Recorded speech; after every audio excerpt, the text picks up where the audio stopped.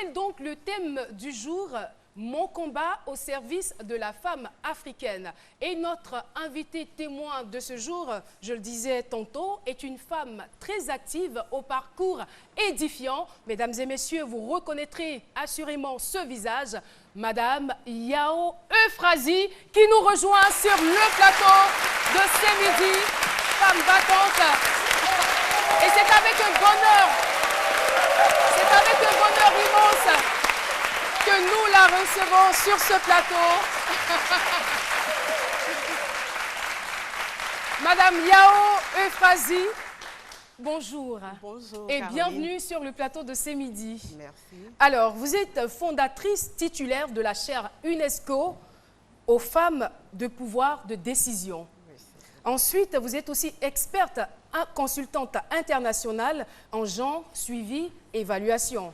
Et à votre actif, vous comptabilisez, on va dire, au minimum 26 années d'expérience professionnelle nationale et internationale dans la lutte contre les inégalités du genre. Ça fait beaucoup. Et comme le dirait quelqu'un, si on veut égrener tout votre parcours, on ne va pas finir. Alors, c'est vraiment un bonheur. Mais je veux juste savoir, quand on est titulaire et fondatrice de la chaire UNESCO, qu'est-ce que ça veut dire concrètement ? Ça veut dire qu'on a une connaissance avérée en matière d'autonomisation de la femme et de genre. C'est-à-dire que le monde entier reconnaît que c'est vous qui avez la quintessence dans cette matière. Et la chaire, elle est internationale. C'est-à-dire, avant de donner la chaire, on regarde dans un pays qui a la compétence. Si c'est en France, on donne la chaire à la France. Si c'est aux États-Unis, on donne. Si c'est en Côte d'Ivoire, et en Côte d'Ivoire, c'est vous qui avez été choisie. Oui, je suis la première femme titulaire de chaire UNESCO en Côte d'Ivoire. Depuis quelle année? Depuis 2006. Alors, vous allez donc nous parler, s'il vous plaît, de la mission qui vous est assignée et ce que vous avez fait, on va dire depuis 2006. Quel est le bilan? Merci Caroline. Depuis 2006, d'abord, le premier projet qui nous a valu la chaire, c'est un projet que nous avons fait en milieu rural. Nous avons constaté que les populations n'avaient pas accès de façon continue à l'eau potable. Donc, nous avons associé les hommes et les femmes. Nous leur avons demandé de gérer ensemble les pompes hydrauliques pour que l'eau soit pérennisée. C'est vrai qu'on ne peut pas gérer seul. Et c'est ce que nous avons essayé de leur faire comprendre. Et quand l'UNESCO a vu que ce programme était vraiment un des meilleurs programmes au monde, ils nous ont dit, on vous donne la chaire, faites-le pour la Côte d'Ivoire, mais faites-le pour tous les pays africains, parce que l'eau est source de vie. Et chaque personne doit avoir ne serait-ce que l'eau potable. Ça, c'est le minimum. Et c'est ce que nous avons fait dans un premier temps. En même temps que je vous écoute, j'ai envie de savoir ce qui vous a poussé réellement à mener, on va dire, ce combat au service de la femme.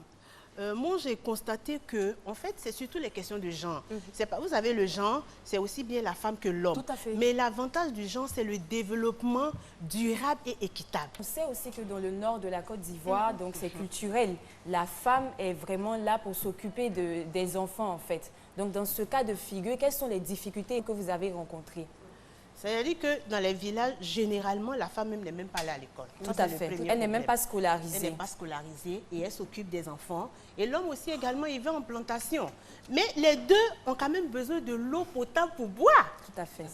Que l'une s'occupe des enfants. L'enfant, c'est la meilleure richesse d'ailleurs. Moi, je dis aux gens, un bébé par rapport à un avion, je pense que si on a un choix à faire, c'est d'abord le bébé.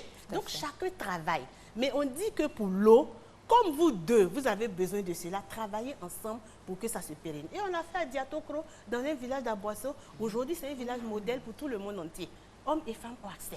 Alors, quel est l'état des lieux sur la condition féminine de la femme en Côte d'Ivoire et ce qui reste à faire à mesure qu'on approche de cette grande journée-là? D'accord, Jean-Michel. On va aller à partir des tests internationaux. Vous savez qu'il y a un programme qu'on appelle Begin, non? On est aujourd'hui à Begin plus 20. C'est-à-dire on est en train d'évaluer. Il y a 12 domaines. Moi, je pense qu'il y a des domaines dans lesquels on a eu quand même des progrès. Quand on parle de femmes et économie, vous entendez aujourd'hui, on fait beaucoup de crédits aux femmes, contrairement au temps passé. Vous voyez, ça c'est très important pour nous. Et également, ces femmes commencent de plus en plus à accéder à des emplois économiques qui ne se faisaient pas avant. Ça c'est bon. En termes d'éducation, avant c'était les garçons qu'on mettait à l'école, dans nos villages, vous avez parlé du Nord. Mais aujourd'hui, les statistiques que j'ai révisées tout à l'heure avant de venir, 2013-2014, à l'école maternelle, on a 49,7% pour les femmes et 50,3% pour l'homme. Vous voyez que là, on est en train d'atteindre On tombe dans l'équilibre. l'équilibre, oui. Au niveau de l'école primaire, ça redescend un peu. Ça fait 46% pour 54%. Quand on arrive au secondaire, 40% pour 60%. C'est pour ça que la lutte doit continuer. Ça m'envoie tout de suite parler de votre statut aussi de coordonnatrice du compendium des compétences féminines. Où est-ce que vous en êtes exactement? C'est un programme de valorisation des compétences féminines. Son objectif, c'est de renforcer la visibilité. Les femmes compétentes comme Caroline, on les voit. Voilà, Est-ce merci. qu'elles doivent rester là?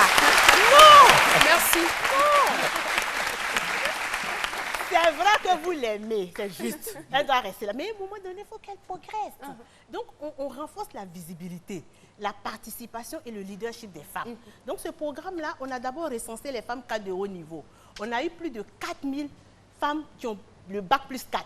On a essayé de recenser avec l'INS et aujourd'hui, on a un annuaire, c'est-à-dire on a fait une photographie de 1000 femmes cadres qu'on a donné au président le 2 mars. On lui a dit, monsieur le président, voilà plus de 1000 femmes cadres compétentes. Et qu'est-ce qu'il va faire, Il monsieur le a président? donné, Qu'est-ce qu'il va il a faire? donné l'ordre à tous les ministres, au privé, de pouvoir avoir cet annuaire et de nommer des femmes. Merci beaucoup, Madame Yao Euphrasie. Et on sait que c'est le 8 mars, après-demain. Vous avez organisé des choses. Et bien sûr, on va poursuivre l'information sur les réseaux sociaux. Merci encore d'être venu. Très bonne fête. Et vous avez tous nos encouragements pour cette lutte noble que vous menez pour ce combat. Merci encore d'être passé sur notre plateau. Ça a été un honneur.